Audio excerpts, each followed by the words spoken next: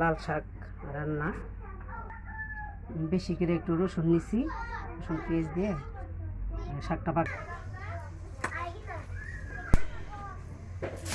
আগে রসুনটা দিয়ে দিই।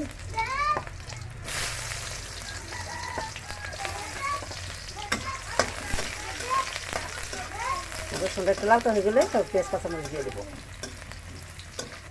রসুনটা একটু লালটা হয়ে গেছে।